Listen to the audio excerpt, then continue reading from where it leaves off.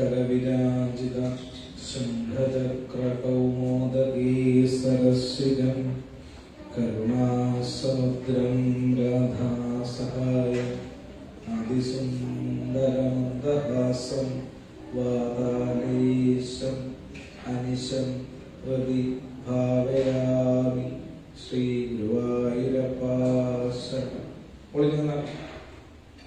മോളല്ലേ ചൊല്ലിയത്? ആ മോളല്ലേ ചൊല്ലിയത്? മോനാണോ? നോക്കി കൊടുത്തു.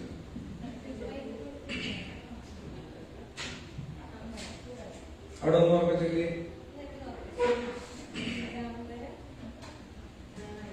പീതാംബരം കരവിരാജിത ശംഖചക്രകൗമോദഗീ സരസ്വിജം കരുണാസമുദ്രം രാധാസഹായം അതിസുന്ദരമന്ദഹാസം വാതാലൈശമനിശം ഹൃദി ഭാവയാമി ശ്രീഗുരുവായൂരപ്പാ ശരണം. ശ്രീഗുരുവായൂരപ്പാ ശരണം. എന്താ കുഞ്ഞിന്റെ പേര്? ബിഹാൻ. ബിഹാൻ എത്ര വയസ്സുണ്ട്? 5 വയസ്സ്. 5 വയസ്സുള്ള വിഹാന് പിതാമ്പര നമ്മൾ ചെല്ലിയപ്പോ അമ്മയുടെ ഇടത്തിലിരുന്ന് വിഹാരം ചെയ്തു ഇല്ലേ? എല്ലാവരും വലിയൊരു കാര്യമാണ്. മാമൻ ചെല്ലുമ്പോ കൂടെ ഏറ്റു ജപിക്കണമെന്ന് ആ കുഞ്ഞിനെ തോന്നിയതാണ് അതിന്റെ ഈശ്വരാർത്ഥം. അപ്പൊ അതിനെന്തായിരുന്നാലും ആ കുഞ്ഞിനെ നമ്മൾ നമസ്കരിക്കുന്നു. അതിന് അത്രയും നല്ല കാര്യം ചെയ്യാൻ ഭഗവാന്റെ മുമ്പിൽ വെച്ച് ചെയ്യുവാനുള്ള മനസ്സ് കുഞ്ഞിനുണ്ടായതിൽ വളരെയധികം സന്തോഷിക്കുന്നു. അതിന്റെ മാതാപിതാക്കളെ ഞങ്ങൾ നമസ്കരിക്കുന്നു. അപ്പൊ നമ്മള് വൃന്ദാവനഖണ്ഡമാണ് നമ്മൾ പറഞ്ഞുകൊണ്ടിരിക്കുന്നത്. 3-ാം ദിവസം അല്ലേ? 1-ാം ദിവസം ധ്യാനം വരെ നമ്മൾ കഴിഞ്ഞു.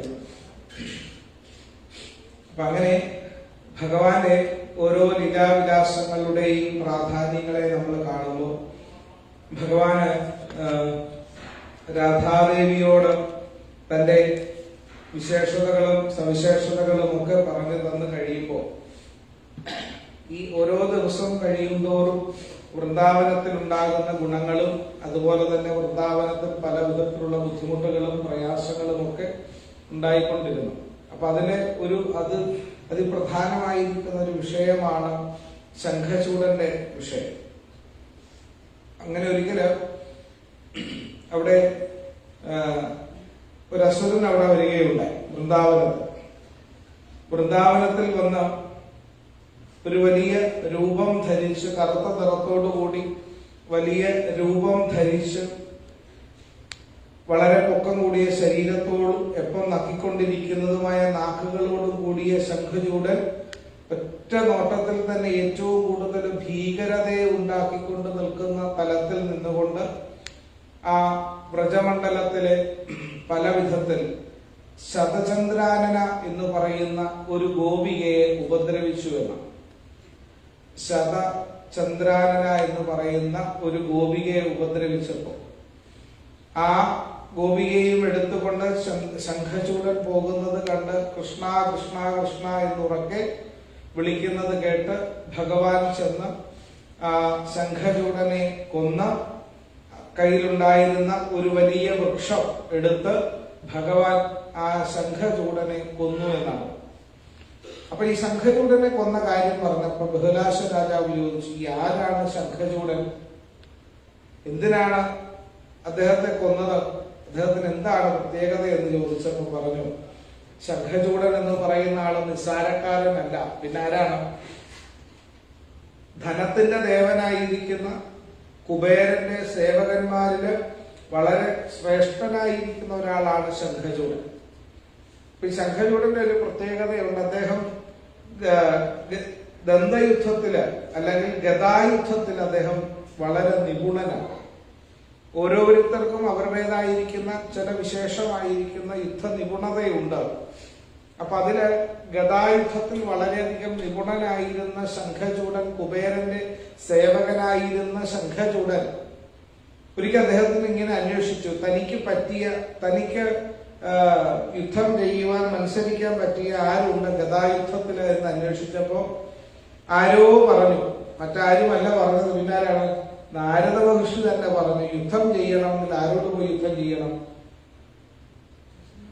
കംസനോട് പോയി യുദ്ധം ചെയ്യണം. ഇപ്പൊ കംസൻ ഭയങ്കര ഗതായുദ്ധത്തിൽ വളരെ നിപുണനാണെന്ന് അറിഞ്ഞു കഴിഞ്ഞപ്പോ, ഇങ്ങനെ ഒരു കാര്യം പറഞ്ഞു കഴിഞ്ഞപ്പോൾ എന്ത് ചെയ്തു? ശംഖചൂഡന് അങ്ങനെയെങ്കിൽ കംസനോട് പോയി യുദ്ധം ചെയ്യാമെന്ന് വിചാരിച്ച് അവിടെ നിന്നും ചെന്നു. അപ്പൊ അവിടെ ചെന്നിട്ട് അദ്ദേഹത്തിന്റെ കംസന്റെ കൊട്ടാരത്തിൽ ചെന്നിട്ട് ചോദിച്ചു, കംസനോട് ചോദിച്ചു, വന്നു തൊഴുതെല്ലാം കഴിഞ്ഞിട്ട് പറഞ്ഞു എന്തിനാ വന്നതെന്ന് ചോദിച്ചപ്പോൾ പറഞ്ഞു അങ്ങയോട് എനിക്ക് യുദ്ധം ചെയ്യണം. അപ്പൊ ചോദിച്ചു എന്റെ യുദ്ധം ചെയ്യുമ്പോൾ എന്റെ കണ്ടീഷനൊക്കെ അറിയാമോ എന്ന് ചോദിച്ചു. റൂൾസ് ആൻഡ് റെഗുലേഷൻസ് ഓക്കെ ആണോ എന്ന് ചോദിച്ചു. ഓക്കെ ആണെന്ന് പറഞ്ഞ് രണ്ടുപേരും ഒപ്പിട്ട് യുദ്ധം തുടങ്ങി. ആരാണോ യുദ്ധത്തിൽ തോൽക്കുന്നത്, തോൽക്കുന്ന ആള് ജയിക്കുന്ന ആളുടെ സേവകനാകണമെന്നാണ്. ഇത് കൊല്ലുവാനുള്ള യുദ്ധമല്ല, അവരവരുടെ ശക്തിയും പ്രാപ്തിയും അറിയുവാനുള്ളതായതുകൊണ്ട് കൊല്ലത്തില്ല. അപ്പൊ അതുകൊണ്ട് ഒരാള് രണ്ടുപേരിനതിൽ അവശേഷിക്കും. അപ്പൊ തോക്കുന്ന ആള് ജയിക്കുന്ന ആളുടെ ദാസനായി മാറണം. അങ്ങനെ ഇവർ രണ്ടുപേരുടെ അങ്ങോട്ട് യുദ്ധം തുടങ്ങി. രണ്ട് സിംഹങ്ങൾ ഒരുപോലെ യുദ്ധം ചെയ്യുന്നത് പോലെ രണ്ടുപേരും നന്നായി യുദ്ധം ചെയ്തു. എത്ര ദിവസമാണെന്നറിയാമോ? 25 ദിവസം അവര് തമ്മില് 26 ദിവസം യുദ്ധം ചെയ്തു. 25 ദിവസം യുദ്ധവും 26ാമത്തെ ദിവസം യുദ്ധം തുടങ്ങുന്ന സമയത്ത് മുമ്പ് ഇവര് തമ്മിൽ ഒരു സംസാരമുണ്ടായി. കാരണം ഈ എപ്പോഴും യുദ്ധം തുടങ്ങുന്നത് ഒരു ധർമ്മത്തിന്റെ രീതിയിലാണ്. അതായത് പരസ്പരം പരിചയപ്പെടും, ഭക്ഷണം ഒരുമിച്ചിരുന്ന് കഴിക്കും. അതാണ് യുദ്ധത്തിന്റെ നീതി. യുദ്ധനീതി ഒരു വിശേഷമാണ്. അപ്പോ ശത്രുതയല്ല അവിടുത്തെ പ്രധാനം. എന്ത് കാര്യത്തിനാണോ യുദ്ധം ചെയ്യുന്നത്, എന്ത് വിധത്തിലുള്ള യുദ്ധമാണോ ചെയ്യുന്നത്, അങ്ങനെ ഓരോ വിധത്തിലുള്ള യുദ്ധങ്ങളും ഉണ്ട്. അപ്പോ ഒരു കാഴ്ചയ്ക്ക് വേണ്ടിയിട്ടുള്ള യുദ്ധമാണോ, കാര്യത്തിന് വേണ്ടിയിട്ടുള്ള യുദ്ധമാണോ, പ്രാപ്തിക്ക് വേണ്ടിയിട്ടുള്ള യുദ്ധമാണോ, അങ്ങനെ എന്തിനു വേണ്ടിയിട്ടുള്ള യുദ്ധമാണോ ആ യുദ്ധത്തിനനുസരിച്ചുള്ള മുറകളെ അവിടെ ഉപയോഗിക്കാവൂ എന്നാണ് പറയുന്നത്. ഇല്ലയോ? നമ്മളങ്ങനെയാണോ? നമുക്കെന്താ യുദ്ധം തുറന്ന ഒറ്റ മുറയുള്ളില്ല, എല്ലാം തകർത്ത് തരിപ്പണമാക്കുക എന്നുള്ളതേ ഉള്ളൂ. പക്ഷെ ഇവിടെ അതല്ല. യുദ്ധത്തിന് പോലും ധർമ്മത്തിലൂടെ യുദ്ധം ചെയ്യാനാണ് പറയുന്നത്, ധർമ്മയുദ്ധം എന്നാണ് പറയുക. അപ്പൊ അങ്ങനെ 25 ദിവസം യുദ്ധം ചെയ്തിട്ട് 26ാമത്തെ ദിവസം യുദ്ധം ചെയ്തപ്പോ ഇവര് തമ്മിലൊരു സംസാരം ഉണ്ടായി. കാരണം ഇത്രയും ദിവസം യുദ്ധം ചെയ്തിട്ടും രണ്ടു പേർക്കും അല്പം പോലും പരാജയം ഉണ്ടാകുന്നു. അതെന്താണ് എന്ന് ചിന്തിക്കണമെന്ന്. അപ്പൊ അവിടെ ആര് ചെന്നു? നാരദ മഹർഷി എന്നിട്ട് പറഞ്ഞു നിങ്ങൾ തമ്മിൽ യുദ്ധം ചെയ്താൽ ഒരു കാര്യമുണ്ട്, ആരും ജയിക്കത്തില്ല. അപ്പൊ പിന്നെ എന്ത് ചെയ്യണം? കാരണം നിങ്ങൾക്കുള്ള വിധി വേറെ, നിങ്ങൾക്കുള്ള രണ്ടുപേരുടെയും വിധി ഒന്ന് തന്നെ, പക്ഷെ അത് വേറെയാണ്. അപ്പൊ അതുകൊണ്ട് ഇവിടെ കിടന്ന് നിങ്ങൾ യുദ്ധം ചെയ്തിട്ടൊന്നും ഒരു കാര്യമൊന്നുമില്ല. നിങ്ങൾ എന്ത് ചെയ്യണം? രണ്ടുപേരും ശക്തന്മാരാണ് എന്ന് മനസ്സിലായാൽ രണ്ടുപേരും എന്ത് ചെയ്യണം? മിത്രങ്ങളായി മാറണം. അങ്ങനെ രണ്ടുപേരും കൂടി മിത്രമായി. ആരൊക്കെ? ശംഖചൂഡനും കംസനും. അപ്പൊ അങ്ങനെ രണ്ടുപേരും കൂടി സ്നേഹിതന്മാരായി കഴിഞ്ഞപ്പോൾ കംസനോട് ശംഖചൂഡൻ ചോദിച്ചു എന്തെങ്കിലും ഞാൻ പ്രത്യേക ഹെൽപ്പ് ചെയ്ത് തരണം ചോദിച്ചപ്പോ പറഞ്ഞു ഞാൻ കുറച്ച് ദിവസമായിട്ട് ഭയങ്കര മാനസിക സംഘർഷത്തിലാണ്. അപ്പൊ ചോദിച്ചു എന്താണെന്ന് വെച്ച് പറഞ്ഞു അതവിടെ കൃഷ്ണൻ എന്ന് പേരുള്ള ഒരുത്തനുണ്ടാവും. എന്ത് ചെയ്യുവാണ്? അവനാ കന്നാലിയൊക്കെ നോക്കിക്കൊണ്ട് അതുവഴി അങ്ങോട്ടും ഇങ്ങോട്ടൊക്കെ നടക്കുക. ഒരു കന്നാലി ചെറുക്കൻ, കന്നാലികളെ മേയ്ക്കുന്ന, കാലി മേയ്ക്കുവാൻ കാട്ടിൽ പോയവനാണ്, ആയ കണ്ണനാണ്. അവനെ കൊണ്ടങ്ങ് ബുദ്ധിമുട്ടുകളാണ്, പ്രയാസങ്ങളാണെന്ന് പറഞ്ഞപ്പോ അത് സാരമില്ല, അത് ഞാൻ ഇന്ന് തന്നെ തീർത്ത് തന്നേക്കാമെന്ന് വിചാരിച്ചിട്ടാണ് ആര്? ശംഖചൂഡന് എവിടോട്ട് പോകുന്നു? വൃന്ദാവനത്തിലോട്ട് പോകുന്നു. അപ്പൊ വൃന്ദാവനത്തിൽ ചെന്ന് കഴിഞ്ഞപ്പോൾ ഇങ്ങനെ കൃഷ്ണനെ അന്വേഷിച്ചൊക്കെ നടന്ന സമയത്ത് നോക്കിയപ്പോൾ സന്ധ്യാനേരമാകുന്ന സമയത്ത് ഒരു വൃക്ഷത്തിന്റെ ചുവട്ടിൽ ഓടക്കുഴലിന്റെ നാദത്തിന്റെ അകമ്പടിയോടുകൂടി ഓടക്കുഴൽ നാദത്തിന്റെ ആ ഒരു പ്രതിധ്വനിയിൽ തന്റെ മടിയിൽ രാധാദേവിയെ തലവെച്ച് കിടത്തി ഉറക്കിക്കൊണ്ട് സന്തോഷത്തോടുകൂടി മൃഗങ്ങൾ ചുറ്റിനും ഇരിക്കുന്ന ഒരു കൃഷ്ണനെയാണ് കണ്ടത്.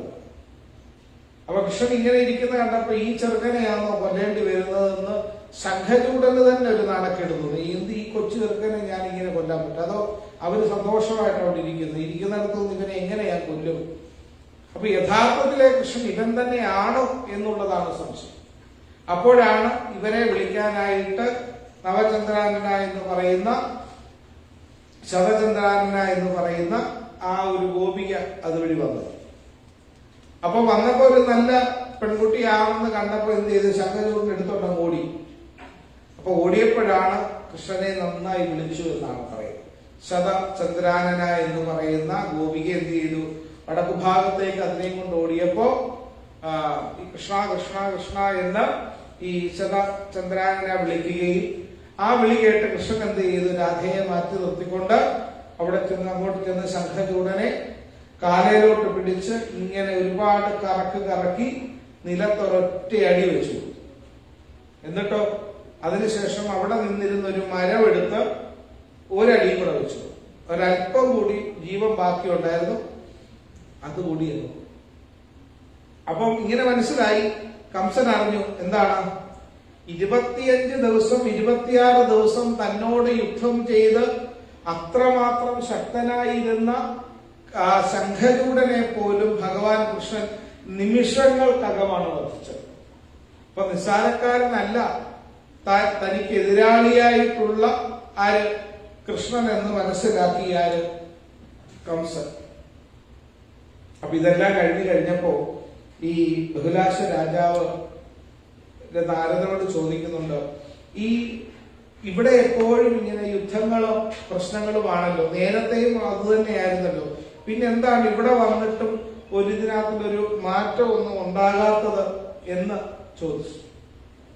അപ്പം നാരദൻ പറയുന്നത്, ഭഗവാന്റെ സാന്നിധ്യത്തില്, ഭഗവാൻ എന്ന് പറയുന്നത് ഭഗങ്ങൾ വഹിക്കുന്നവനായിരിക്കുന്ന ഭഗവാന് എവിടെ ചെല്ലുമ്പോഴും ഏറ്റവും ശ്രേഷ്ഠമായിരിക്കുന്ന വ്യവസ്ഥകളിലൂടെ യാത്ര ചെയ്യാൻ പറ്റും.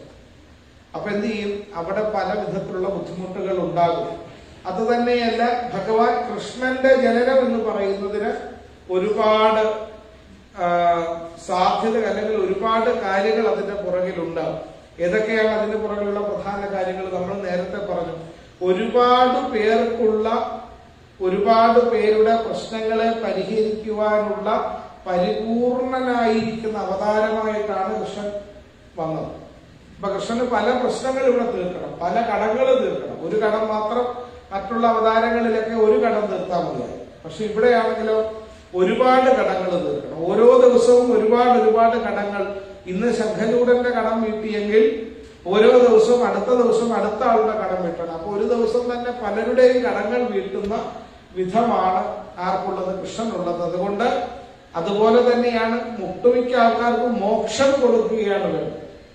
ഭഗവാന് പ്രത്യേകത എന്ന് പറയുന്നതാണ് മോക്ഷം കൊടുക്കുകയാണ്. കഴിഞ്ഞ ജന്മവും അതിന്റെ അങ്ങേ ജന്മത്തിലും ഒക്കെ ഉണ്ടായിരുന്ന പല പ്രശ്നങ്ങൾക്കുമുള്ള മോക്ഷം കൊടുക്കുന്നത് എപ്പോഴാണ്?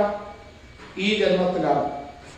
അപ്പൊ അങ്ങനെ ഇരിക്കുന്ന സമയത്ത് ഒരു കഥ കൂടി പറഞ്ഞു കൊടുക്കുകയാണ്. ഈ യുദ്ധമെല്ലാം കഴിഞ്ഞ് ഭഗവാൻ യമുനാ നദീതീരത്തിലൂടെ സഞ്ചരിച്ച് ശ്രീകൃഷ്ണ ഭഗവാൻ മുന്നോട്ട് പോകുന്ന സമയത്ത് വരദാനത്തിൽ വൃന്ദാവനത്തിലെ ഭഗവാന്റെ അനുഗ്രഹത്താൽ വൃന്ദാവനത്തിലെ സകല ഔഷധച്ചെടികളെല്ലാം ഗോപികമാരായി തീരുകയും ഭഗവാനെ സേവിക്കുവാനായി ഒരു യൂഥമുണ്ടാക്കി അവിടെ സന്നിഹിതരാകുകയും ചെയ്തു എന്നാണ് പറയുന്നത്. നമ്മൾ കണ്ടിട്ടുള്ളത് അവിടെ ജീവനുള്ള ഗോപികമാരെ മാത്രമാണ്. പക്ഷെ രാത്രികാലങ്ങളിൽ ഭഗവാന്റെ സാന്നിധ്യം അവിടെ ഉണ്ടാകുമെന്നും അവിടെ ഉണ്ടായിരുന്ന വൃക്ഷലതാദികളും പക്ഷിമൃഗാദികളുമെല്ലാം ഗോപന്മാരായി മാറപ്പെട്ടുകൊണ്ട് ഭഗവാനോട് ആനന്ദ നൃത്തം ചവിട്ടുമെന്നായിരുന്നു പറഞ്ഞത്. സാധാരണ ഗോപന്മാരും മാത്രമല്ല, അവിടുത്തെ വൃക്ഷങ്ങളും ചെടികളും പക്ഷിമൃഗാദികളും എല്ലാം അവരെല്ലാം ഗോപികമാരായി മാറും എന്നാണ്. ആ ഗോപികമാരായി മാറിക്കൊണ്ട് ഭഗവാനോടൊപ്പം അവര് രാസലീലകളാടുമായിരുന്നു എന്നാണ്. രാസങ്ങൾ എന്ന് പറയുന്ന രാസലീലകളില് ഒരുപാട് സങ്കല്പ തലങ്ങളുണ്ട് എന്നാണ്. അപ്പൊ ഒരുപാട് സങ്കല്പ തലങ്ങളെ കൃത്യമായിട്ട് ബലമായി കൊണ്ടുപോകുന്ന ഒരാളായിരുന്നു ആര്? ഭഗവാൻ. എന്നിട്ട് പറയുന്നു, അവരെല്ലാവരും കൂടി ഇരിക്കുന്ന സമയത്ത് ഭഗവാനെ പ്രകീർത്തിച്ചുകൊണ്ട് ഗോപികമാർ ഒരുപാട് കീർത്തനങ്ങൾ പാടി. മേഘമല്ലാരം എന്ന് പറയുന്ന രാഗത്തിൽ കീർത്തനങ്ങൾ പാടി, മാലകോശം എന്ന് പറയുന്ന രാഗത്തിൽ കീർത്തനങ്ങൾ പാടി, ഭൈരവമെന്നും ശ്രീരാഗമെന്നും ഹിന്ദോളം എന്ന് തുടങ്ങിയ അനവധി രാഗത്തിലൂടെ കീർത്തനങ്ങൾ പാടി സന്തോഷത്തോടുകൂടി ഗോപികമാർ ഭഗവാനെ സന്തോഷിപ്പിച്ചു എന്നാണ്. ഓരോ രാഗത്തിനും ഓരോ ഗുണങ്ങളാണ്, ഓരോ രാഗത്തിനും ഓരോ ഗുണങ്ങളുണ്ട്. അതുകൊണ്ടാണ് ഓരോ രാഗങ്ങളും ഭഗവാന്റെ അടുക്കൽ എപ്പോഴും പലപ്പോഴും പല രാഗങ്ങൾ, അതുകൊണ്ടാണ് ഈ സോപാന സംഗീതങ്ങളൊക്കെ വരുന്നത്. അപ്പോൾ അതാത് തലങ്ങളിൽ അതാത് സ്വഭാവത്തിലുള്ള സവിശേഷതകളുള്ള രാഗങ്ങൾ വേണം പാടുവാനെന്നാണ്. എന്നിട്ട് പാടി, എന്നിട്ട് എന്ത് ചെയ്യും? നേരം വെളുക്കുമ്പോഴത്തേക്കും ഈ പറയുന്ന വൃക്ഷലതാദികളെല്ലാം വീണ്ടും പഴയതുപോലെ വൃക്ഷങ്ങളായിട്ട് മാറും. അപ്പൊ എന്ത് ചെയ്യും? പകൽ സമയങ്ങളിൽ മറ്റു ഗോപികമാരുമെല്ലാം അവര് വന്നെന്ത് ചെയ്യും? ഭഗവാനോട് വീണ്ടും രാസലീലകളാടും എന്നാണ് പറയുക. കാരണം എല്ലാവരുടെയും ആഗ്രഹം ഭഗവാനോടൊപ്പം ഒരുപാട് നേരം വസിക്കണമെന്ന്, ഭഗവാനിൽ നിന്നും ഒരു ആനന്ദം അനുഭവിക്കണമെന്നാണ്.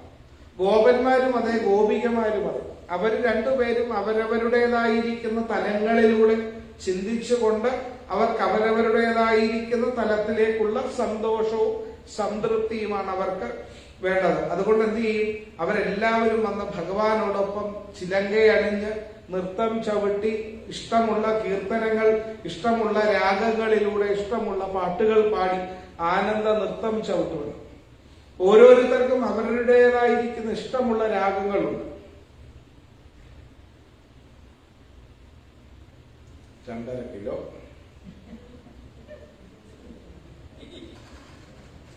ഞാനൊരു 1/2 കിലോ കൂടെ എടുത്ത് വെച്ചിട്ടുണ്ട്.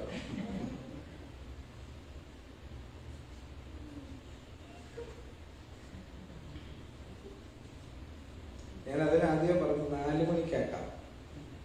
അപ്പൊ ഈ ഉള്ളവർക്കൊക്കെ ഒന്ന് ഉച്ചക്ക് ഊണൊക്കെ കഴിഞ്ഞ് നല്ല പഴപ്പായസമൊക്കെ കൊണ്ട് കഴിച്ച് ഇങ്ങനെ ഇരിക്കുമ്പോ വീട്ടിലോട്ട് പോയി ഒന്ന് 2 മിനിറ്റൊക്കെ ഒന്ന് കിടന്ന് എന്നാ നമുക്കൊരു 4 മണിക്ക് ഇനി അങ്ങ് തുടങ്ങാന്നൊക്കെ നമുക്ക് എല്ലാവർക്കും ഫ്രഷൊക്കെ ആകാമെന്ന് വിചാരിച്ചൊക്കെ എഴുതി കൊടുത്തേ.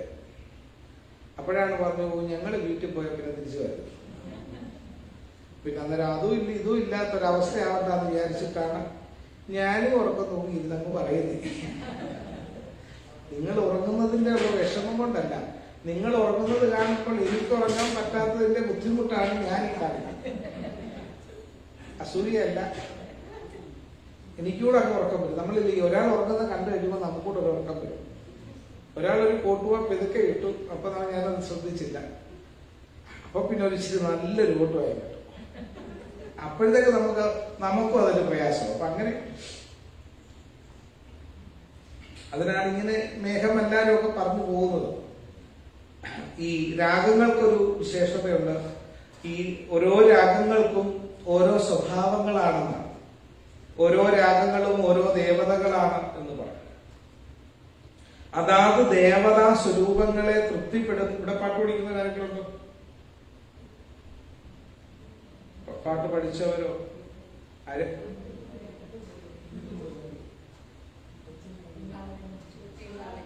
എന്തോ ഇപ്പൊ ഇരുന്ന പാട്ട് പഠിക്കുന്ന ആളാണ്. പാടുന്ന ആളാണ്. പിന്നെ നമുക്ക് പാട്ടൊക്കെ പഠിപ്പിക്കാറ്.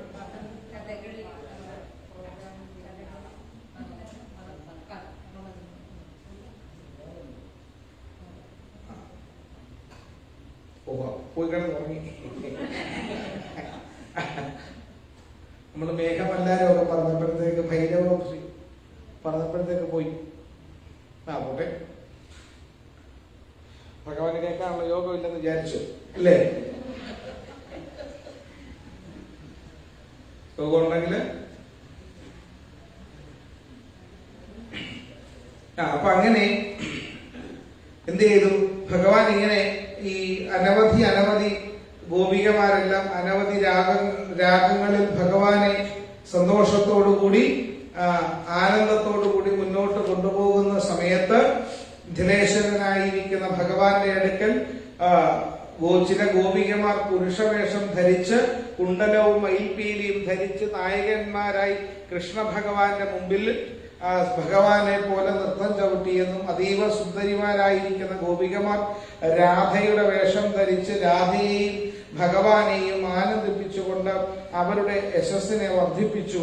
വേറെയും ചില ഗോപികമാർ സ്തംഭം, ഖേദം എന്നീ സ്വാത്വിക ഭാവങ്ങളിൽ മുഴുകി പ്രേമവിഹ്വലരായി പരമാനന്ദത്തിൽ മുഴുകി യോഗികളെ പോലെ സമാധിയിൽ മുഴുകി ഭൂമിയിലിരുന്നു. ചിലർ ലതകളിലും വൃക്ഷങ്ങളിലും ഭൂമിയിലും തന്നിൽ തന്നെയും ഭഗവാനെ ദർശിച്ചുകൊണ്ട് മൗനം അവലംബിച്ചു. ഇപ്രകാരം രാസമണ്ഡലത്തിൽ ഭക്തവത്സലനായിരിക്കുന്ന ഭഗവാൻ ശ്രീകൃഷ്ണനെ ശരണം പ്രാപിച്ചുകൊണ്ട് ആ ഗോപസുന്ദരിമാർ പൂർണ്ണ മനോരഥം സഫലമാക്കി. അവിടെ നിന്ന് കിട്ടിയ ഭഗവത് കൃപ ജ്ഞാനികൾക്ക് പോലും ഒരിക്കലും കിട്ടാത്തതായിരുന്നു എന്നാണ് പറയുന്നത്. അവര് തമ്മിൽ പിന്നീട് കർമ്മികളുടെ കാര്യം പറയേണ്ടതില്ല എന്ന് പറയുന്നു. അപ്പൊ അങ്ങനെ ഇരിക്കുന്ന സമയത്തുണ്ട് അതുവഴി ഒരു മുനി പോയി. ആ മുനിയുടെ പേര് ആസുരി എന്നാണ്. ആസുരി എന്ന് പറയുന്ന ഒരു മുനി അതുവഴി പോയിട്ട് അദ്ദേഹം എന്ത് ചെയ്തു? നാരദഗിരിയുടെ മുകളിൽ കൂടി ഭഗവാനെ സ്മരിച്ചുകൊണ്ട് പോയ സമയത്താണ് ഇത് കണ്ടത്. എന്നിട്ട് എന്ത് ചെയ്തു? അദ്ദേഹത്തിന് മനസ്സിലൊരാഗ്രഹം ഉണ്ടായിരുന്നു, ഭഗവാനെ നേരിട്ട് കാണണമെന്നും ഭഗവാനിൽ നിന്നും അനുഗ്രഹങ്ങൾ വേണമെന്നും ഒക്കെ അദ്ദേഹത്തിന് ഒരാഗ്രഹം ഉണ്ടായിരുന്നു. അതിന് അദ്ദേഹം എന്ത് ചെയ്തു? നരനാരായണന്മാരുടെ ആശ്രമത്തിൽ ചെന്ന് അദ്ദേഹം അവിടെ തപസ് ചെയ്യുകയും ആ തപസ് ചെയ്യുന്നതിനിടയിൽ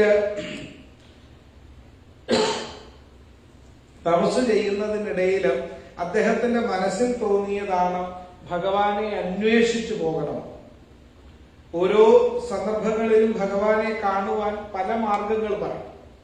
അപ്പൊ ആ പല മാർഗങ്ങളിൽ ഒന്നാണ് ഭഗവാനെ നീ അന്വേഷിച്ചു പോകുക എന്ന് പറയും. അപ്പൊ അങ്ങനെ ഭഗവാനെ അന്വേഷിച്ചിട്ട് പോയി ഭഗവാനെ നേരിട്ട് കാണുവാനായിട്ട് ചെല്ലുകയാണ് ഈ ആസുരി മുനി എന്ന് പറയുന്ന മുനി. അപ്പൊ ഈ മുനി അവിടെ ചെല്ലുന്ന സമയത്ത് ഈ വൃന്ദാവനത്തിന് ഒരു പ്രത്യേകതയുള്ളത്, ഈ മുനി ഇറങ്ങി ചെന്ന് കഴിഞ്ഞപ്പോ ഭഗവാൻ ഈ ഗോപികമാരോടൊപ്പം ഉണ്ട് എന്ന് അദ്ദേഹത്തിന് അറിയാം. ഏത് ഗോപികയുടെ അടുക്കലാണ് എന്ന് വിചാരിക്കുമ്പോൾ ആദ്യം വിചാരിക്കുന്ന ആരുടെ കൂടാന്ന് വിചാരിക്കും? രാധയുടെ കൂടാന്ന് വിചാരിക്കും. അപ്പൊ അതുകൊണ്ട് ആദ്യം രാധയുടെ അടുക്കൽ പോയി നോക്കിയപ്പോ രാധയുടെ കൂടെ. പിന്നെ അങ്ങനെ ഓരോരുത്തരുടെ അടുക്കൽ കയറി നോക്കിയപ്പോൾ കൃഷ്ണനില്ല. പക്ഷെ കൃഷ്ണ വേഷം ധരിച്ച ഗോപികമാരെ, കൃഷ്ണവേഷം ധരിച്ച ഗോപികമാർ, ആ കൃഷ്ണവേഷം ധരിച്ച ഗോപികമാരെ കണ്ടപ്പോൾ ഇദ്ദേഹത്തിനോട് അതിശയമായി. എന്താണ് അവൻ ഇങ്ങനെ എന്താണ് വേഷം ധരിച്ചു നിൽക്കുന്നത്? എന്നിട്ടോ ഈ ഗോപന്മാരെല്ലാം ഗോപികമാരുടെയും വേഷം ധരിച്ചു, ഗോപികമാരെല്ലാം ഗോപന്മാരുടെയും വേഷം ധരിച്ചു നിൽക്കുന്നത് കണ്ട് ആസുരി മുനിക്ക് അതിശയമായിരുന്നു. പക്ഷെ അവിടെ എങ്ങും ആരെ കണ്ടില്ല? ഭഗവാനെ കണ്ടില്ല. അപ്പോ തപസ് ചെയ്ത് ഭഗവാനെ പ്രത്യക്ഷപ്പെടുത്തുന്നതിനിടയിൽ ഒരു കർമ്മത്തിന്റെ പകുതിയാക്കി സഫലമാക്കാതെ വന്നതുകൊണ്ടാകാമെന്ന് വിചാരിച്ച് അദ്ദേഹം എന്ത് ചെയ്തു? അവിടെ ഇരുന്നു കൊണ്ട് തന്നെ പ്രാർത്ഥിച്ചു എന്നാണ് പറയുന്നത്.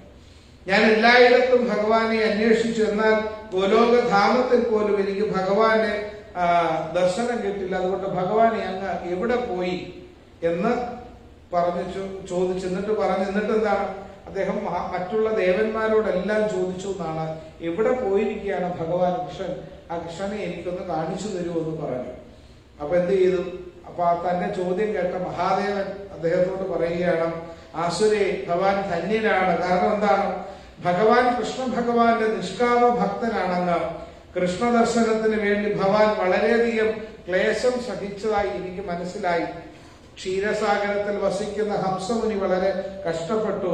അദ്ദേഹത്തിന്റെ രക്ഷയ്ക്കായി ചെന്ന കൃഷ്ണ ഭഗവാൻ ഇപ്പോൾ വൃന്ദാവനത്തിൽ തിരിച്ചു വന്ന് രാസലീലയിലേക്ക് എത്തുകയാണ്. അപ്പൊ അതുകൊണ്ടാണ് ഭഗവാൻ എന്തുണ്ടാക്കിയത്? ഒരല്പസമയം ഭഗവാൻ അവിടെ ഇല്ലാത്ത രീതിയിൽ, അതായത് ഒരു 6 മാസക്കാലം ഭഗവാൻ എന്ത് ചെയ്തു? ഹംസമുനിയുടെ അടുക്കലേക്ക് പോയത് കൊണ്ട് ഗോപികമാരെയെല്ലാം ഗോപന്മാരും ഗോപന്മാരെയെല്ലാം ഗോപികമാരും ആക്കിയപ്പോഴത്തേക്ക് അവരുടെ മനോതലത്തിൽ വ്യത്യാസങ്ങൾ വന്നു എന്നാണ്. അവരുടെ മനോതലത്തിൽ വ്യത്യാസങ്ങൾ വന്നപ്പോഴേക്കും അവരുടെ ശ്രദ്ധ അവരുടെ കർമ്മങ്ങളിൽ മാത്രമായി മാറി. അതുകൊണ്ട് അങ്ങേക്ക് എത്രയും വേഗം ഭഗവാനെ ദർശിക്കുവാനുള്ള ഭാഗ്യം ഉണ്ടാകട്ടെ എന്ന് പറഞ്ഞ് മഹാദേവൻ അനുഗ്രഹിച്ചു. എന്നിട്ട് എന്ത് ചെയ്തു? മഹാദേവനോട് ഇറങ്ങി വന്നു. ആ മഹാദേവനോട് ഇറങ്ങി വന്നിട്ട് പറഞ്ഞു, ആസുരമുനിയോട് പറഞ്ഞു, എനിക്കും ഈ ഭഗവാൻ കൃഷ്ണനെ ഒന്ന് കാണണം. അങ്ങനെ ആസുരമുനിയും ഭഗവാൻ പരമശിവനും കൂടി മുനിയോടൊപ്പം ഒരുമിച്ചിരുന്ന് അവർ കൃഷ്ണനെ അന്വേഷിച്ചിരുന്നു എന്നാണ് പറയുക. ഒരു കയ്യിൽ വടിയെടുത്തുകൊണ്ട് അവരങ്ങോട്ടും ഇങ്ങോട്ടും ഉലാത്തിക്കൊണ്ട് മഹാദേവനെയും ആസുര്യ മുനിയും അങ്ങോട്ടും ഇങ്ങോട്ടും നടന്നുകൊണ്ടിരുന്നു. അപ്പൊ അങ്ങനെ രണ്ടുപേരും അങ്ങോട്ട് പോകുന്ന വഴിക്ക്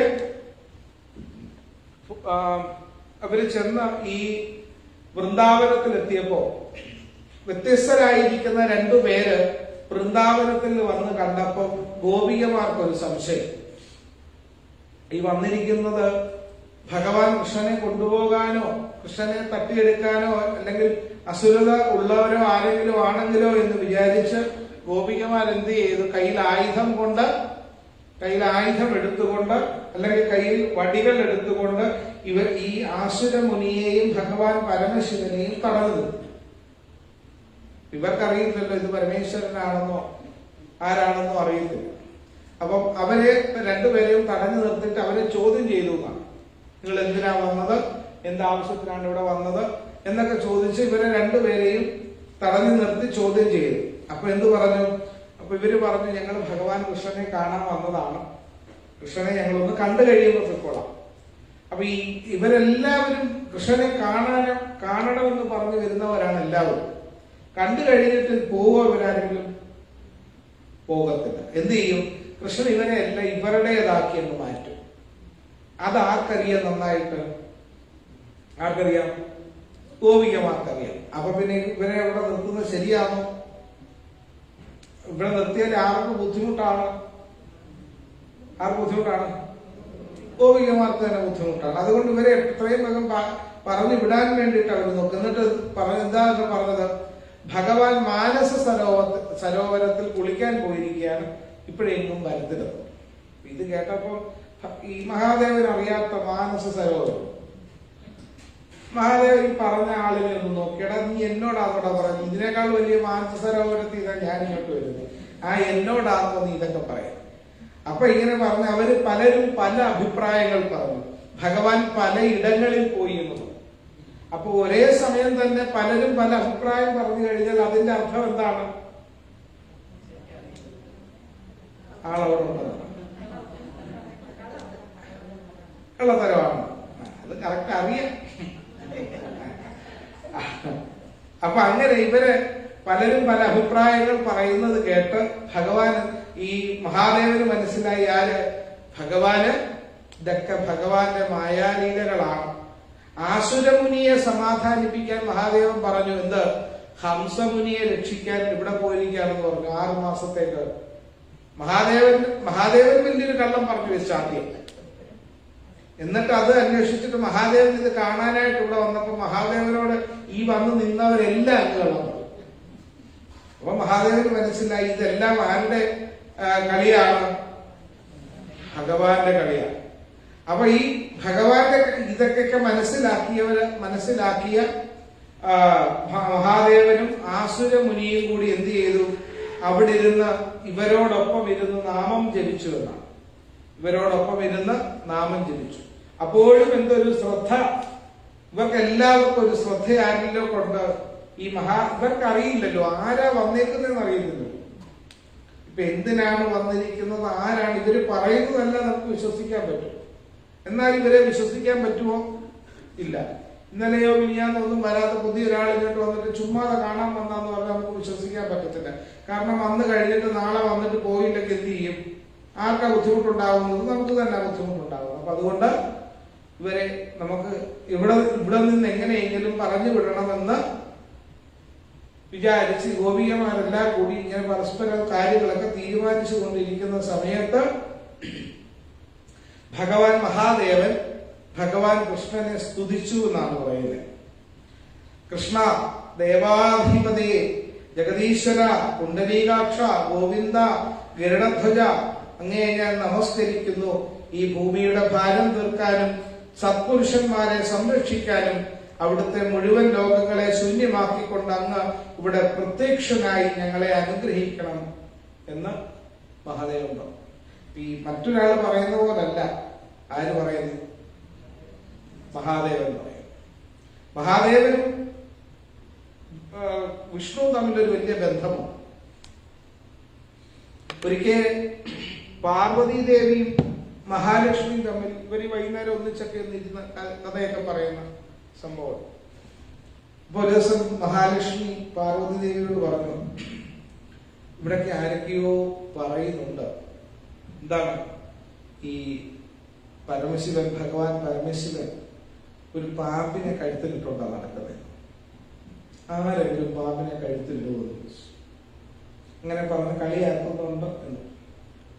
അപ്പൊ ഇത് കേട്ട പാർവതി ദേവി പറഞ്ഞു, അത് സാരമൊന്നുമില്ല, കാരണം എന്റെ ഭർത്താവിന്റെ കഴുത്തിൽ ഒരു പാമ്പേ ഉള്ളൂ, നിന്റെ ഭർത്താവ് ഇവിടെ കിടക്കുന്നേ, അത്രയൊന്നും ഇല്ല, അപ്പൊ പറഞ്ഞ സാരമില്ല. അപ്പൊ വീണ്ടും കുറച്ചു നേരം കൂടെ കഴിഞ്ഞിട്ട് പറഞ്ഞു, വീണ്ടും ഒരു കാര്യം കൂടെ കേട്ടു. അത് ചോദിച്ചത്, ആ ഭഗവാൻ പരമശിവന്റെ ജട, ആ ജടയ്ക്കകത്തൊരു പെണ്ണിനെ ഒളിപ്പിച്ച് വെച്ചിട്ടുണ്ട്, ആരോ പറയുന്ന കേട്ടത്. അപ്പൊ പറഞ്ഞു, എന്റെ ഭർത്താവിന്റെ ജടയിൽ ഒരുത്തി ഒളിപ്പിച്ചിട്ടുണ്ടെങ്കിൽ അത് ഞാൻ അറിയുകയാണ്, ഞാൻ പറഞ്ഞിട്ടാണ്. പക്ഷെ എന്റെ ഭർത്താവിനെ പോലെ 16,008 പേരെ കല്യാണം കഴിക്കാനൊന്നും പോയില്ല. അങ്ങനെ ഇവര് രണ്ടുപേരും അങ്ങോട്ടും ഇങ്ങോട്ടും ഇങ്ങനെ പരസ്പരം, ഒരാള് മഹാദേവനെയും ദുഷിച്ച് ഒരാള് മഹാവിഷ്ണുവിനെയും ദുഷിച്ച് ഇങ്ങനെ പറഞ്ഞുകൊണ്ടിരിക്കുമ്പോ അങ്ങ് അകലെ ശബ്ദം കേട്ട് ഇവര് രണ്ടുപേരും അവിടെ ചെന്ന് നോക്കിയപ്പോ എന്താണ്, അവിടെ ഒരു രൂപം നിൽക്കുന്നു. ആ രൂപം നോക്കിയപ്പോ എന്താണ്, ഒരു രൂപത്തിന്റെ പകുതി വിഷ്ണു, ഒരു രൂപത്തിന്റെ പകുതി ശിവൻ. ചോദിച്ചു, നിങ്ങൾ ആരാണെന്ന് ചോദിച്ചപ്പോ പാർവതിയും മഹാലക്ഷ്മിയും പറഞ്ഞപ്പോ ചോദിച്ചു, നിങ്ങൾ ആരാണ്? അപ്പൊ പറഞ്ഞു, ഞങ്ങളാണ് ശങ്കരനാരായണൻ. ശങ്കരനാരായണ മൂർത്തി എന്ന് പറയുന്ന മൂർത്തിയാണ്. ശൈവവും വൈഷ്ണവവും ഒന്നായി നിൽക്കുന്നു. നിങ്ങൾ രണ്ടുപേരും പറഞ്ഞത് ഞങ്ങൾ ഒരാളെ, നിങ്ങൾ രണ്ടുപേരും ഒന്നാണ്. ലക്ഷ്മിയും സരസ്വതിയും പാർവതിയും നിങ്ങൾ മൂന്നും ഒന്ന് തന്നെ. ലക്ഷ്മിയും സരസ്വതിയും നിങ്ങളും ഒന്ന് തന്നെയാണ്. കാരണം എന്താണ്, ശിവനും വിഷ്ണുവും ഒന്ന് തന്നെയാണ്. ശിവനായി വിഷ്ണുവായി നമ്മൾ കാണുന്നത് അത് കർമ്മത്തിന്റെ ഭാഗമായിട്ട്. പക്ഷെ നിങ്ങൾ രണ്ടുപേരും ഒരുമിച്ച് പറഞ്ഞത് രണ്ടുപേരെ ആണെങ്കിലും ഫലത്തിൽ അത് ആരാണ്? ഒരാളാണ്. അങ്ങനെ ശങ്കരനാരായണ മൂർത്തിയായി രണ്ടുപേരും അപ്പുറവും ഇപ്പുറവും ഇരുന്ന് ഭജിച്ചു എന്നാണ്. കാരണം ഇവരങ്ങോട്ട് മാറുന്നില്ല. ശങ്കരനാരായണ ഭാവത്തിൽ നിന്നും ലക്ഷ്മി ദേവിയും പാർവതി ദേവിയും ഇരുന്ന് പ്രാർത്ഥിച്ചു. മഹാലക്ഷ്മി മഹാവിഷ്ണുവിനോട് പറഞ്ഞു, എന്റെ അടുക്കലേക്ക് വരണം. മഹാവിഷ്ണു തിരിഞ്ഞു പോലും നോക്കിയില്ല. പാർവതിയും പറഞ്ഞു ഭഗവാൻ മഹാദേവനോട്. അപ്പോഴും കേട്ടില്ല. ഇനി എന്താണ് മാർഗമെന്ന് ചോദിച്ചു. അപ്പൊ നാരദൻ അവിടെ ചെന്നിട്ട് പറഞ്ഞു, നിങ്ങൾ തിരിഞ്ഞിരിക്കാൻ. എന്താണ്? മഹാവിഷ്ണുവിന്റെ അടുക്കൽ ചെന്ന് പാർവതി പറയണം, മഹാദേവന്റെ അടുക്കൽ ചെന്ന് മഹാലക്ഷ്മി പറയണം. പാർവതി ആരാണ്? പത്മനാഭ സഹോദരിയാണ്. സഹോദരനോട് പറയണം, എനിക്ക് നെടുമാംഗല്യത്തെ ഉയർത്തി തരണം.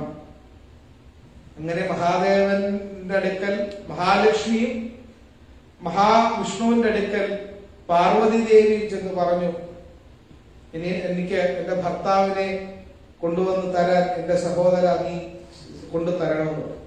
ഒക്കത്തിനെന്ന് പറയാൻ പറ്റും. ആരാണ്? സഹോദരിയുടെ ജീവിതം നന്നായി പോകണമെന്ന് ഏതെങ്കിലും എല്ലാ സഹോദരന്മാർക്കും ആഗ്രഹമുണ്ട്. അങ്ങനെ അവർ രണ്ടുപേരും രണ്ടായി മാറിയെന്നാണ്. അപ്പോഴാണ് അവർക്ക് മനസ്സിലായത് ഇവർ രണ്ടുപേരും രണ്ടല്ല, രണ്ടും ഒന്ന് തന്നെയാണ്. ഇപ്പോഴും നമ്മുടെ ഇടയിലുണ്ട്, ശിവന്റെ അമ്പലത്തിൽ പോയാൽ വിഷ്ണുവിന്റെ അമ്പലത്തിൽ പോകും. അയ്യോ അവർക്ക് എന്തെങ്കിലും തോന്നിയാലോ, ആർക്ക് തോന്നിയാൽ. നമ്മുടെ നാട്ടിലൊക്കെ ഉണ്ട് ചെറുപ്പം, അങ്ങനെയൊന്നുമില്ലല്ലോ. നാട്ടിലൊക്കെ ഉണ്ട്, അയ്യോ ശിവന്റെ അമ്പലത്തിൽ പോയിട്ട് വിഷ്ണുവിന്റെ അമ്പലത്തിൽ പോലെ ശിവന് കയറിയിരിക്കും. വിഷ്ണു ഗർഹിക്കും, ദേവി ഗർഹിക്കും. ആ അമ്പലത്തിൽ പോയിട്ട് ഈ അമ്പലത്തിൽ പോരുത്, ഈ അമ്പലത്തിൽ പോയിട്ട് ആ അമ്പലത്തിൽ പോരുത്. ഏത് അമ്പലത്തിൽ പോയില്ല. അമ്പലം എന്ന് പറഞ്ഞാൽ ക്ഷേത്രം എന്താണെന്ന് അറിയാത്ത ആളാണ് ഇതെന്ന് പറയുന്നതെന്ന് ആലോചിക്കും. ഈ ഭഗവാന്മാരെല്ലാം നമുക്ക് എന്തിനു തന്നിട്ടുള്ളതാണ്? പരോപകാരമേ പുണ്യം പാവമേ പരപീഠനം എന്ന് നമുക്ക് പറഞ്ഞു തരുന്നവരാണ്. അത് പറഞ്ഞ് പഠിപ്പിക്കാൻ വേണ്ടിയിട്ടുള്ളവരാണ് ഇവരെല്ലാവരും. അത് പറഞ്ഞാൽ മനസ്സിലാക്കാൻ വേണ്ടുന്ന വിധത്തിലുള്ള ഗുണഗണങ്ങളെ നമുക്ക് അറിയിച്ചു തന്നവരാണ് ഇവരെല്ലാവരും. അതിനുള്ളതാണ് നമ്മുടെ പ്രാർത്ഥനകളും വിശ്വാസങ്ങളും സങ്കല്പങ്ങളും എല്ലാം. ആ സങ്കല്പങ്ങളും വിശ്വാസങ്ങളെയും എല്ലാം നമ്മൾ കാണുകയും അറിയുകയും ചെയ്യേണ്ടത് അത് തന്നെയാണ്. ഒരു പൂജ പോലും കഴിക്കുമ്പോൾ അടിസ്ഥാനപരമായി നമ്മൾ ചിന്തിക്കേണ്ടതും അറിയേണ്ടതുമായിരിക്കുന്ന കാര്യങ്ങളാണ് നമ്മുടെ സംസ്കാരത്തിലുള്ളത്. പക്ഷെ ഇതൊന്നും നമ്മൾ ശ്രദ്ധിക്കാറില്ല എന്നുള്ളതാണ്. ഇല്ലേ? ഇവിടെ അമ്പലത്തിൽ എത്ര പൂജയുണ്ടെന്നായിരുന്നു പറഞ്ഞേ?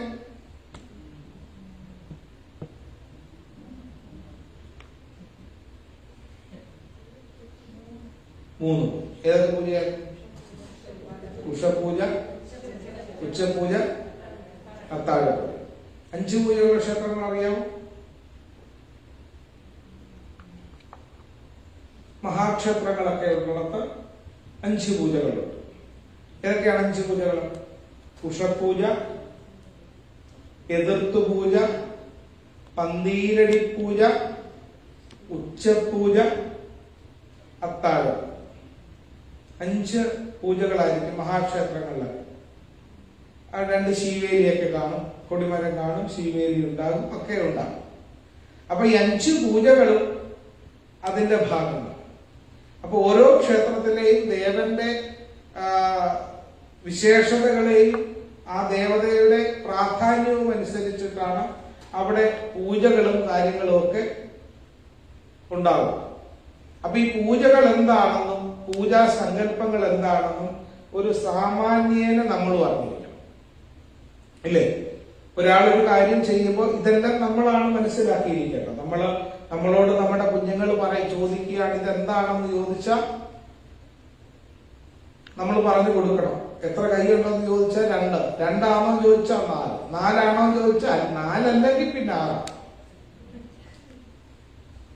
ഇപ്പോഴാ നമ്മുടെ കുഞ്ഞ് ചോദിക്കുന്നത് എന്തോത്തിന് പോവാന്ന് ചോദിക്കുന്നത് അല്ലേ?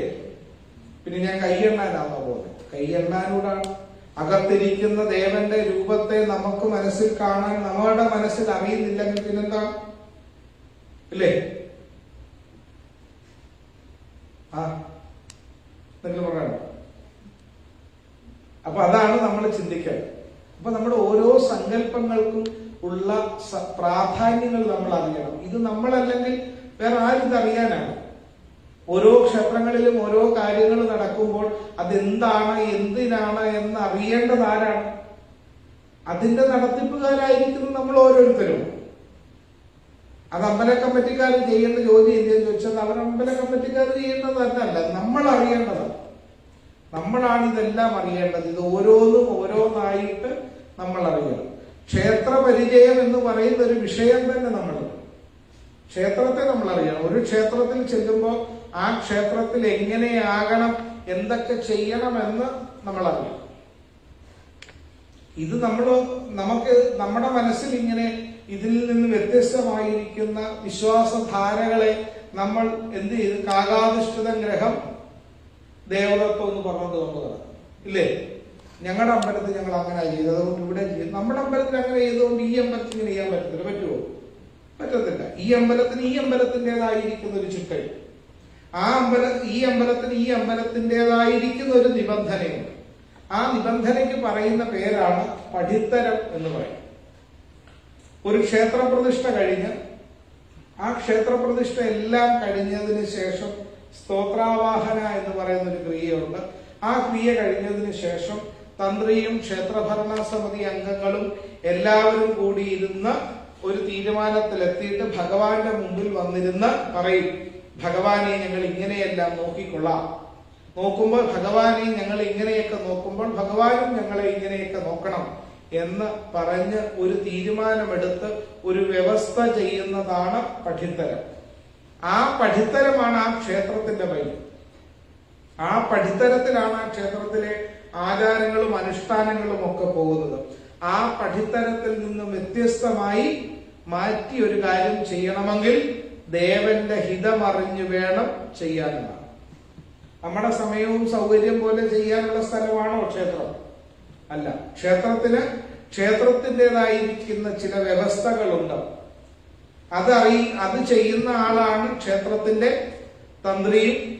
ക്ഷേത്രത്തിൽ തന്ത്രിയുടെ സ്ഥാനം എന്ന് പറയുന്ന ദേവന്റെ അച്ഛന്റെ സ്ഥാനവും, ക്ഷേത്രത്തിലെ മേൽശാന്തി ആരുടെ സ്ഥാനമാണ്? അമ്മയുടെ സ്ഥാനം. നിത്യപരിപാലനം ആരാണ്?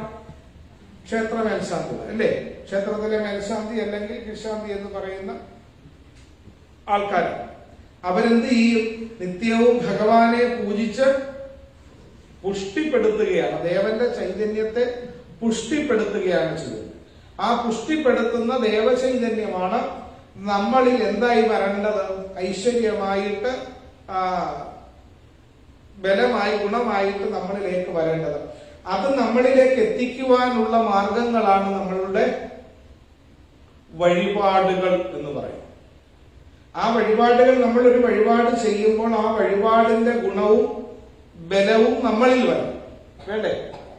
അതിനാണ് നമ്മൾ ചെയ്യുന്നത്. നമ്മളൊരു കാര്യം ചെയ്യുമ്പോൾ ആ വഴിപാടിന്റെ ഗുണങ്ങൾ നമ്മളിൽ ഉണ്ടാകണമെങ്കിൽ അതിനാദ്യം പ്രാപ്തരാകേണ്ടത് ആരാണ്? നമ്മൾ തന്നെയാണ്. ചെയ്യുന്ന കർമ്മം എന്താണ് എന്ന് ആദ്യം ആരറിയണം? നമ്മൾ അറിയണം. നമ്മൾ അറിഞ്ഞത് ചെയ്യാതെ എന്തോ ഒരു വഴിപാട് നടത്തി എന്ന് പറഞ്ഞിട്ട് എന്ത് കാര്യമാണ്? അതൊക്കെ നമുക്ക് എങ്ങനെ അറിയാൻ പറ്റും? നമ്മളല്ലെങ്കിൽ പിന്നെ ഇതാരറിയണം? ഇതറിയേണ്ടത് നമ്മളാണ്. ഒരു ക്ഷേത്രത്തിന്റെ അഭിവൃദ്ധിക്ക് വേണ്ടത് എത്ര കാര്യങ്ങളായിരുന്നു? 5 കൂട്ടം കാര്യങ്ങളായി ഇല്ലേ? ആചാര്യന്റെ തപസ്, ജപം, നിയമം, ഉത്സവം, അന്നദാനം. ആചാര്യസ് തപസാമനായ ജപേന നിയമേന ച. ആചാര്യന്റെ തപസ്, ജപം, നിയമങ്ങള്, ഉത്സവം, അന്നദാനം. അങ്ങനെ 5 കൂട്ടം കാര്യങ്ങള് കൃത്യമായി ആ ക്ഷേത്രത്തിൽ നടന്നെങ്കിൽ മാത്രമേ ക്ഷേത്രം അഭിവൃദ്ധി പ്രാപിക്കത്തുള്ളൂ.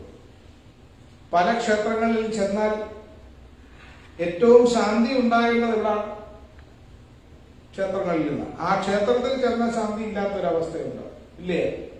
അടിയും പിടിയും ബഹളവും വെട്ടും കുത്തും ഇല്ലേ? അതൊക്കെ ഉണ്ടാകുന്ന എത്രയോ ക്ഷേത്രങ്ങളുണ്ടെന്നറിയാം. എന്തുകൊണ്ടാണ് അങ്ങനെ ഉണ്ടാകുന്നത്? വിശ്വാസമില്ലാത്തതാണ്. ആരെ വിശ്വാസമില്ല? അകത്തിരിക്കുന്ന ദേവനെ വിശ്വാസമില്ല. പിന്നെ ആരെയാണ് വിശ്വാസം? നമുക്ക് നമ്മളെയാണ് വിശ്വാസം ഇല്ലേ? പിന്നെ ഭഗവാനേക്കാളും വലിയ ആളാണ് ആര് ഞാൻ എന്ന് വിചാരിക്കും. എന്നിട്ടാണ് അവസാനം ചെന്നിട്ടില്ല അത് പറയേണ്ടി വരും. നമസ്തേ നമസ്തേ ജഗന്നാഥ വിഷ്ണു, നമസ്തേ നമസ്തേ യഥാചക്രവാണി, നമസ്തേ നമസ്തേ പ്രപന്നാധികാരി, സമസ്താപരാധം ക്ഷമസ്വാഖിലേശ. വിശ്വാസമില്ലാത്തത് കൊണ്ടാണ് വിശ്വാസത്തിൽ അധിഷ്ഠിതമായിരിക്കുന്ന ക്ഷേത്രങ്ങളിൽ പ്രശ്നങ്ങൾ ഉണ്ടാവും. ചില സ്ഥലങ്ങളിലൊക്കെ, നാട്ടിലൊക്കെ, ചില അമ്പലങ്ങളിലൊക്കെ ഭയങ്കര കേസാണ്. എന്തിനാണ്? ദേവന്റെ ഭരണമാണ്. ദേവന്റെ സ്വത്തെടുക്കാൻ വേണ്ടിയിട്ടുള്ള എത്രയോ കാലങ്ങളായി ഓരോരുത്തരും അനുഭവിക്കുന്നു. ഇപ്പോഴും എത്ര ദുരിതങ്ങൾ ഉണ്ടായിട്ടും പഠിക്കാതെ വീണ്ടും വീണ്ടും വീണ്ടും ഇങ്ങനെ ദേവനെ കൊണ്ട്, ദേവനെ സംബന്ധിച്ച് ഒന്ന് ആലോചിച്ച് നോക്കൂ. ദേവനെ തൊട്ടതെല്ലാവരും ദേവനെ എങ്ങനെയൊക്കെ തൊട്ടോ അല്ലേ? എന്തെല്ലാം പ്രശ്നങ്ങൾ നമ്മുടെയൊക്കെ കൺമുൻപിൽ പത്രങ്ങളിലൊക്കെ നമ്മൾ പലതും വായിക്കുന്നതാണ്. തൊട്ടവരെല്ലാം കിടന്ന് കൈയും കാലോട്ടടിക്കും അല്ലേ? ഏതെല്ലാം വിധത്തിൽ, ഏതെല്ലാം അനുഭവത്തിലാണെന്ന് ആലോചിച്ചോ. നമ്മളോട് മുമ്പിൽ പറഞ്ഞു തന്നില്ലേ?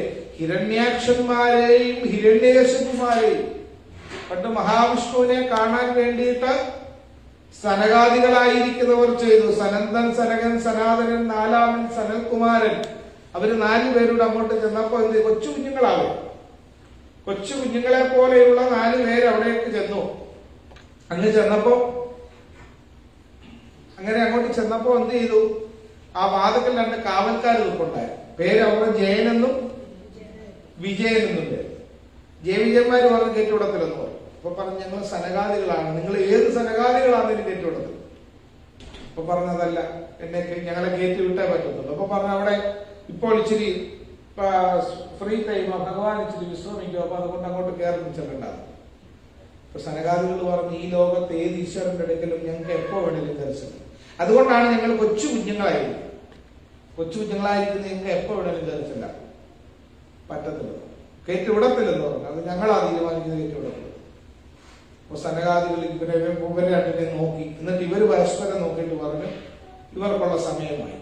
ഇപ്പൊ പറഞ്ഞു എന്ത് ചെയ്തു, ഞങ്ങൾ 3 പ്രാവശ്യം ഭഗവാനെ കാണാനായി ശ്രമിച്ചപ്പോ 3 പ്രാവശ്യവും നിങ്ങൾ തടസ്സപ്പെടുത്തി. എങ്ങനെ? അസുരന്മാരെ പോലെ നിങ്ങൾ പെരുമാറിയത് കൊണ്ട് എന്ത് ചെയ്തു, 3 ജന്മം നിങ്ങൾ അസുരന്മാരായിട്ട് ഇരിക്കട്ടെ. അങ്ങനെ എന്ത് ചെയ്തു, ആ മൂന്ന് ജന്മങ്ങളാണ് ഏതൊക്കെ? ആദ്യത്തെ ജന്മം വന്നു ഹിരണ്യാക്ഷനും ഹിരണ്യകശിപുവും. രണ്ടാമത്തെ ആരൊക്കെയായിരുന്നു? രാവണനും കുംഭകർണനുമായി. മൂന്നാമത്തേതോ ശിശുപാലനും ദന്തവക്ത്രനുമായി, ഇല്ലേ? അങ്ങനെ 3 ജന്മങ്ങളിൽ 3 പ്രാവശ്യം അസുരന്മാരായിട്ട് അവർ മാറി. എന്തുകൊണ്ടാണ്? ഈശ്വരന്റെ കാവൽക്കാരാന്ന് പറഞ്ഞിട്ട് കാര്യമുണ്ടോ?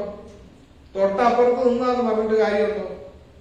ഇപ്പോഴും അവരെ ആരെങ്കിലും വിഭീഷണൻ എത്ര ഡീസന്റ് ആന്ന് പറയില്ല, പിന്നെ കുംഭകർണൻ എത്ര ഡീസന്റ് ആന്ന് പറയുമോ?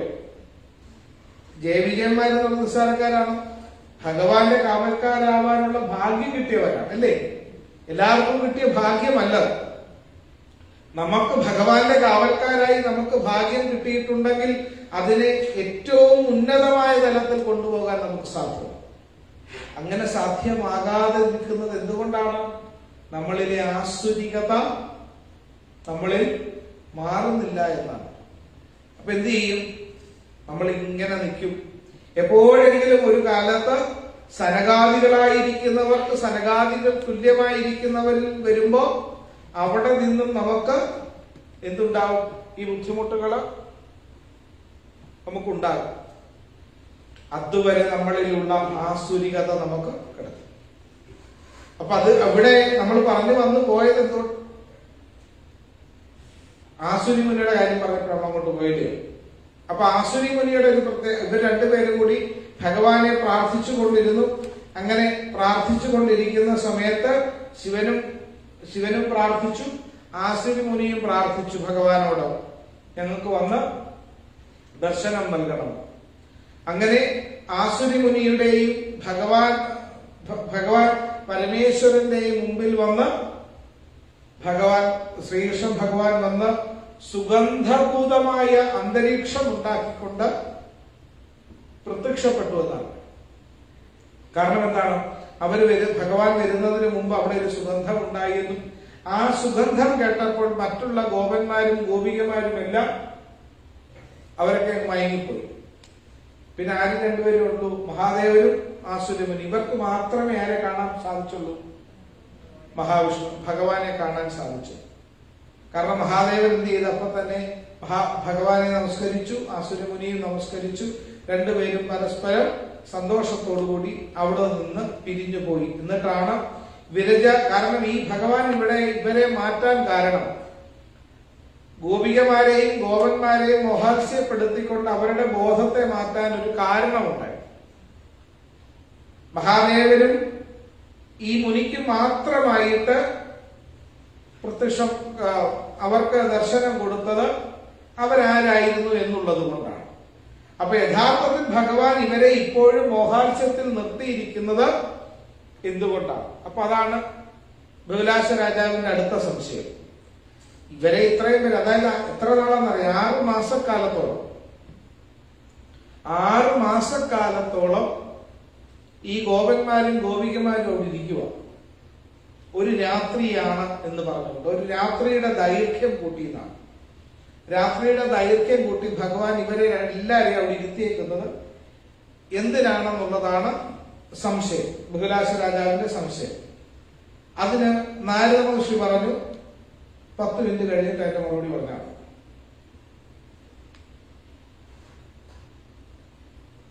ഉറങ്ങുന്നവരൊക്കെ ഒന്ന് എഴുന്നേറ്റ മുഖമൊക്കെ ഒന്ന് കഴുകി സ്വസ്ഥമായിട്ടൊക്കെ ഒന്ന് വന്നിരിക്കുമ്പോഴത്തേക്ക് നമുക്ക് പറയാം. ഒന്ന് എഴുന്നേറ്റൊക്കെ ഒന്ന് നടന്നൊക്കെ ഒന്ന് വന്നൊക്കെ കഴിയുമ്പോഴത്തേക്കേ